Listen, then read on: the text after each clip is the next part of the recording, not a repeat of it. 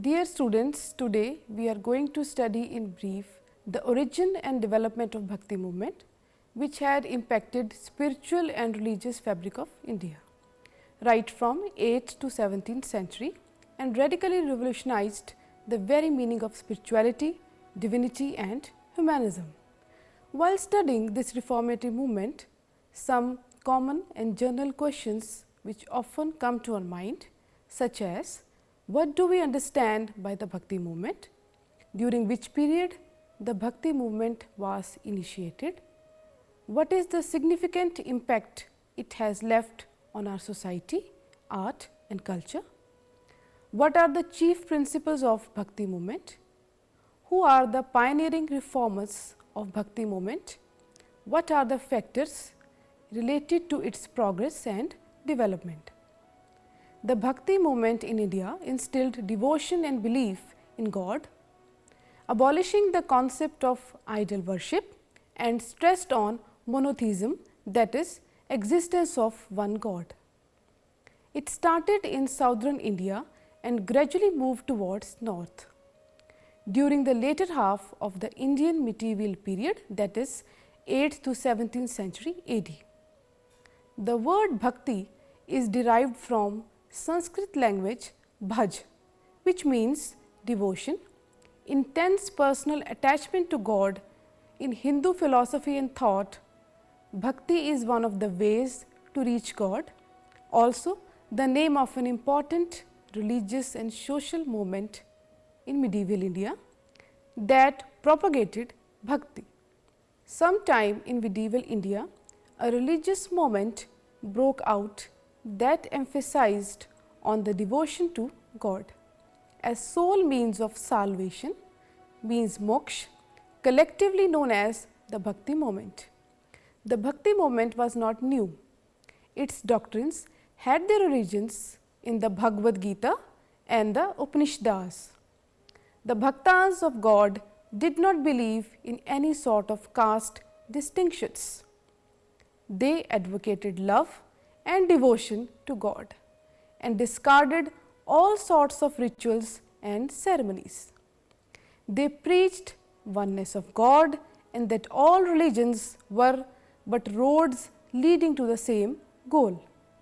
The feeling of bhakti or devotion can be traced back to the Rig Veda. It is the very first hymn of the Rig Veda which gives expression to a feeling of intimacy with the highest God. In the Katha Upanishad, it is said that the divine help, which is the reward to bhakti, is necessary before one can be saved.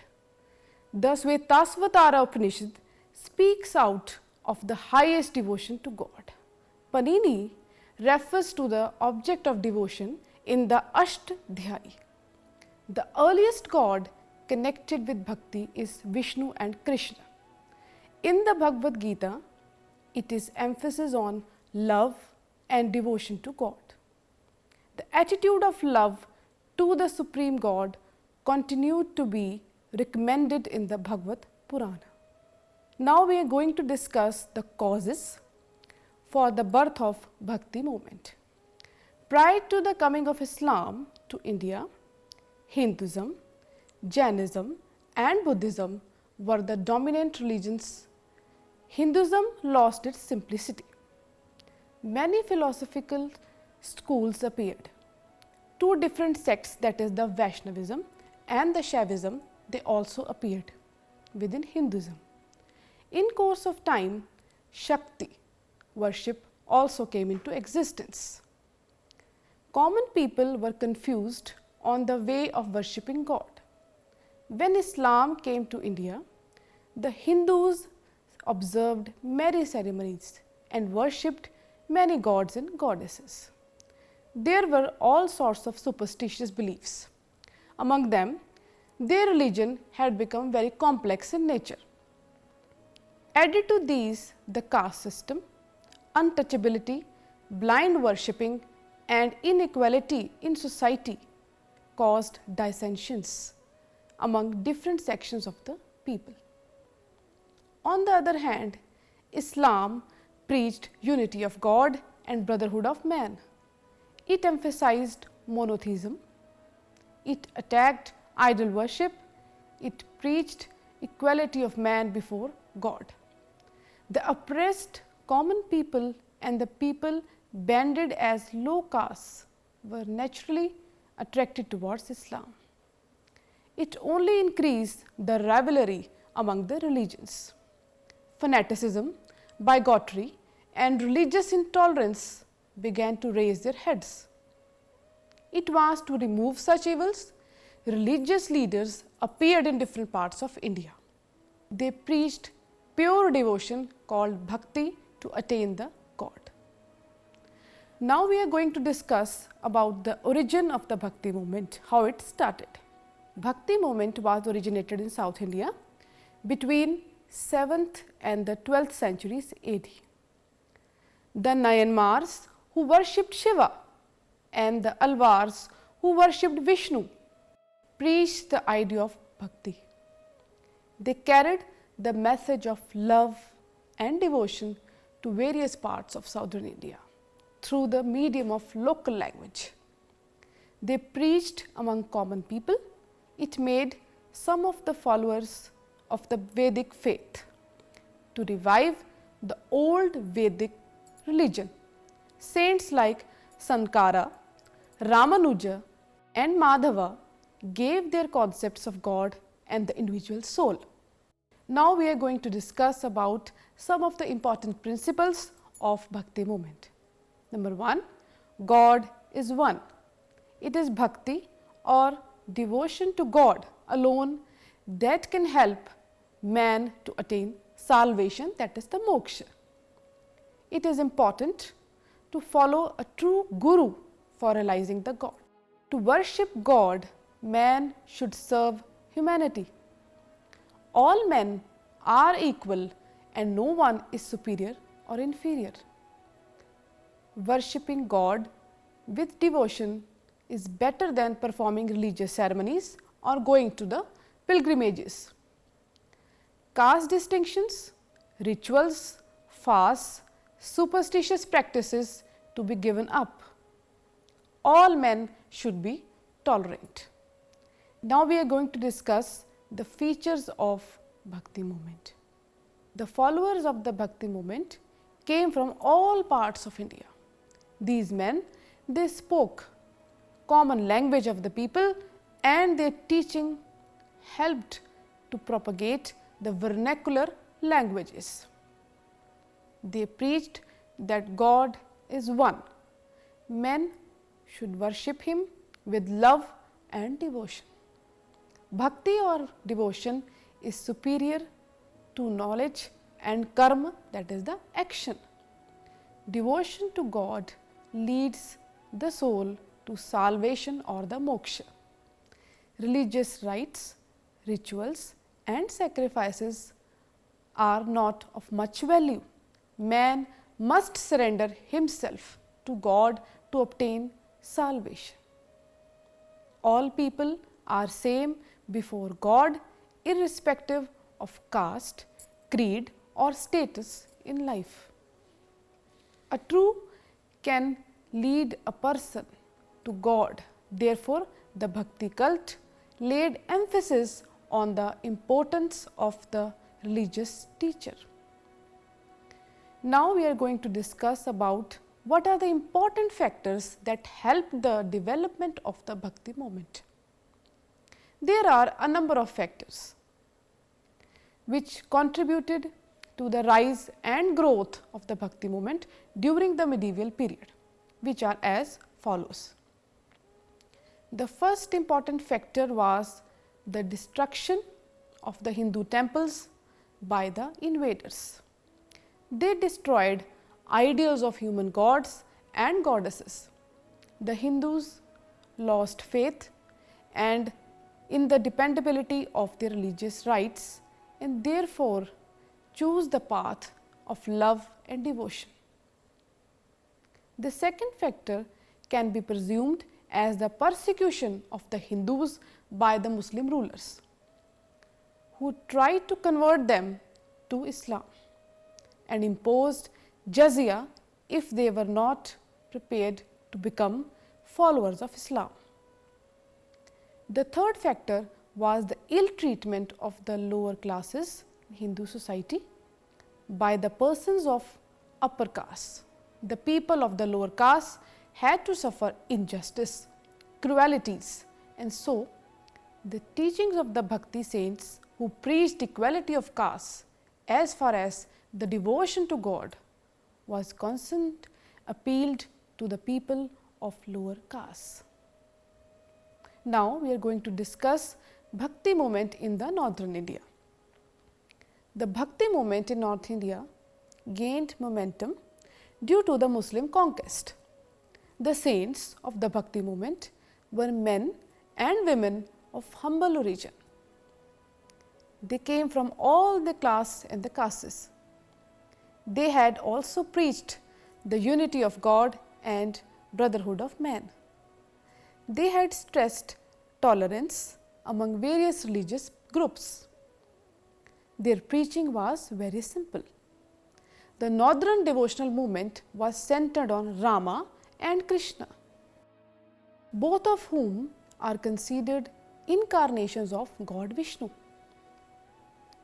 During the 14th and 17th centuries, a great Bhakti movement swept through central and northern India, initiated by a loosely associated group of teachers or Sant like Ramanuja, Ramanand, Srimant Shankar Deva, Chaitanya Mahaprabhu, Vallabhcharya, Guru Nanak, Ravidas, Surdas, Mirabai, Kabir, Tulsidas, Namdev, Gyaneshwar, Tukaram and other mystics spearheaded the Bhakti movement in the northern India.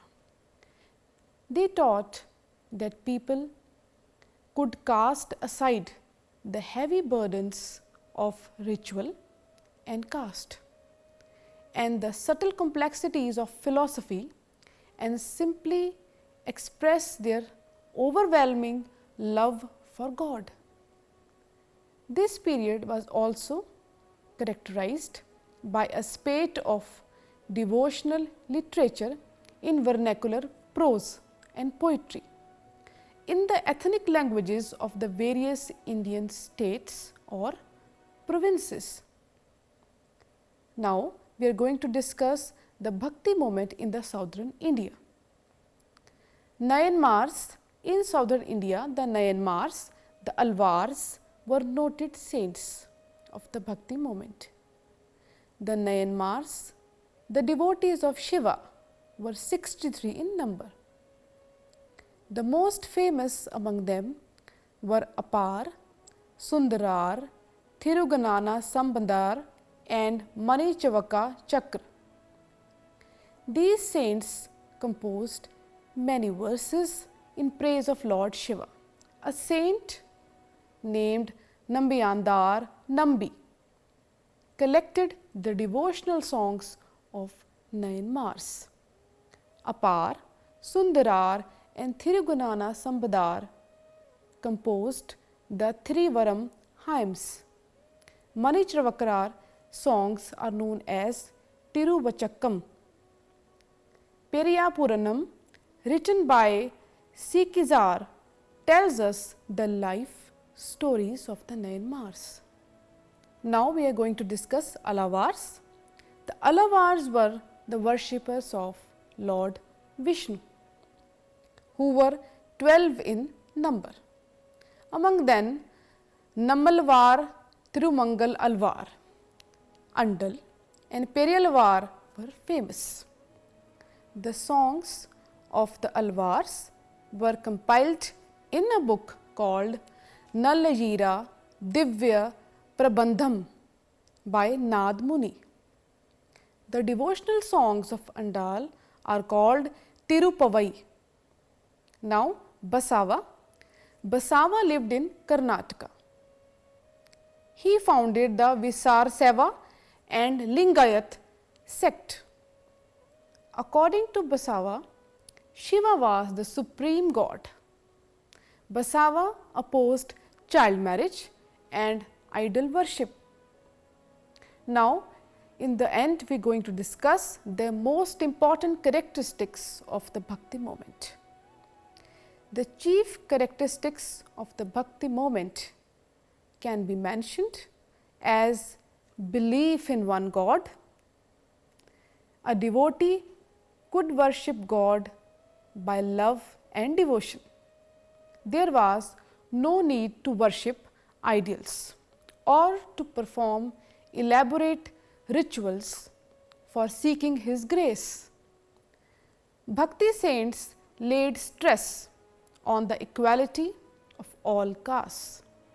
There was no distinction of high or low as far as the devotion to God is concerned. The Bhakti saints laid emphasis on Hindu-Muslim unity. According to these saints, all men, irrespective of their religion, are equal in the eyes of God. The saints preached in the common language of the common people. They did not use Sanskrit, which was the language of the cultured few. These saints laid stress on the purity of heart and practice of virtues like truth, honesty, kindness and charity. According to these saints, only virtuous man could realize God. These saints considered God as omnipresent and omnipotent. Some saints regarded God as formless or nirgud, which others consider Him as having different forms or sagun. Importance and effects of Bhakti movement. The Bhakti movement had a far-reaching effects on the people, which are as follows. The Bhakti movement helped a lot in removing and the existing bitterness between the Hindus and the Muslims. Both became more tolerant towards each other. The Bhaktas exposed the hollowness of empty rituals and ceremonies and taught the people to give up evils like belief in superstitions, etc. The equality concept preached by the leaders of the Bhakti movement reduced the rigidity of the caste system to a certain extent. The suppressed people gained a feeling of self-respect due to the Bhakti movement. The reformers preached in local languages. It led to the development of vernacular literature. There was a remarkable growth of literature in all the languages such as Bengali in the east, Gujarati and Marathi in the west and Punjabi in the north. A new language, Urdu, a mixture of Persian and Hindi, was developed. The Bhakti movement freed the common people from the tyranny of the priests. The Bhakti movement helped in checking the excesses of polytheism. This movement emphasized the value of a pure life of charity and devotion. It improved the moral and spiritual ways of life of the medieval society. It proved an example for the future generation to live with the spirit of toleration. Now, the influences of the Bhakti movement. The development of the Bhakti movement as a major form of Hindu practice has left an indelible stamp on the faith.